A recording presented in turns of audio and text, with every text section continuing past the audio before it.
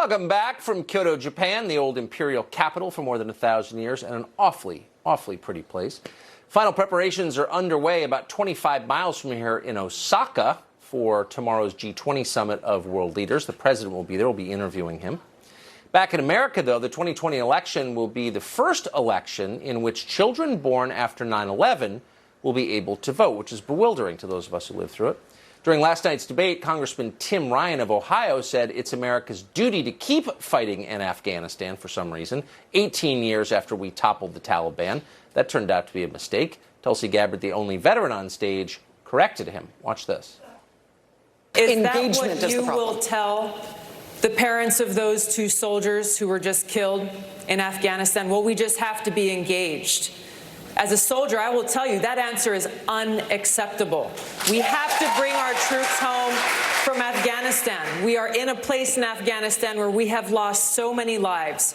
We've spent so much money that's coming out of every one of our pockets, money that should be going into communities here at home, meeting the needs of the people here at home. We are no better off in Afghanistan today than we were when this war began. All obvious points, none of which you're allowed to say out loud in Washington. Now they make Congresswoman Tulsi Gabbard seem like basically an untouchable. She is not allowed to get the kind of coverage that the rest of the Democratic candidates get.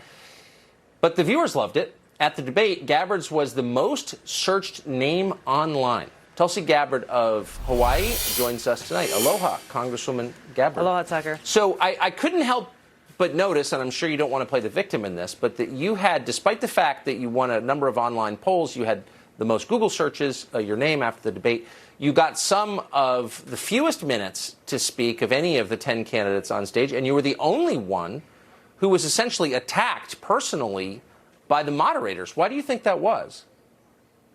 Look, it shows that there's a clear bias in place. I made the most of every minute that I had. Wish I had the opportunity to have more time to address these important issues. But I want to just point out something from that clip that you played that I think is really important, where we hear a lot of politicians say this same argument that, well, we've got to stay engaged in the world, otherwise we'll be isolationists, as though the only way the United States can engage with other countries is by blowing them up or strangling them with economic sanctions, by smashing them and trying to overthrow their governments.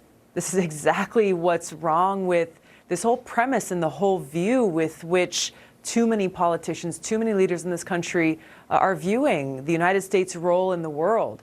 How about the United States be a leader in the world, work out differences and build relationships with negotiations and diplomacy and finding common interests and seeing how we can work together so that we can stop sending our men and women in uniform into harm's way, serving in missions that do not serve the interests of the American people, that make our country less safe and actually end up causing more harm and more damage to the people in the countries where we wage these wasteful regime change wars. That's the kind of change in leadership that I'm seeking to bring as president.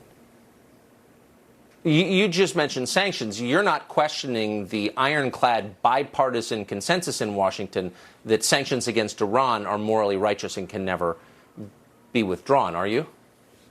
I am, absolutely. I think this is one of the things that is leading us closer and closer to a war with Iran, a war that would be far more devastating than anything that we saw in the war in Iraq. I served in Iraq in 2005 in a medical unit, and this was the height of the Iraq war. There were lots of American casualties almost every day, and I was confronted with that high, terrible human cost of war. A war with Iran would make that war with Iraq look like a picnic. Escalating these crippling sanctions, withdrawing from the Iran nuclear deal, designating Iran's military as a terrorist organization, something unprecedented, and continuing to deploy more and more U.S. troops. The neocons in the Trump administration and Saudi Arabia and Netanyahu have created a situation where it's going to be very difficult for President Trump to avoid a war with Iran. They have built all the building blocks, placed the dynamite, and lit the fuse, and it's going to be up to Donald Trump and his leadership whether or not he is going to cut that fuse and say, hey, we need to get back on track and put the interests of the American people and our country first and avoid a war with Iran, get back into that Iran nuclear agreement. This is why the neocons hate you more than anybody.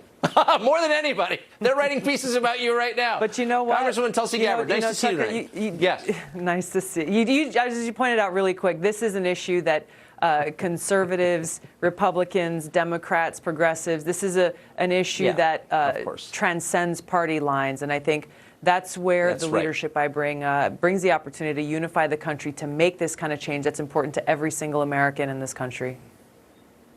That's exactly right. There's nothing partisan in the slightest about this at all. Exactly. And that's why it's so nice to hear someone say that out loud. Congresswoman, thank you very much. Thanks, Tucker.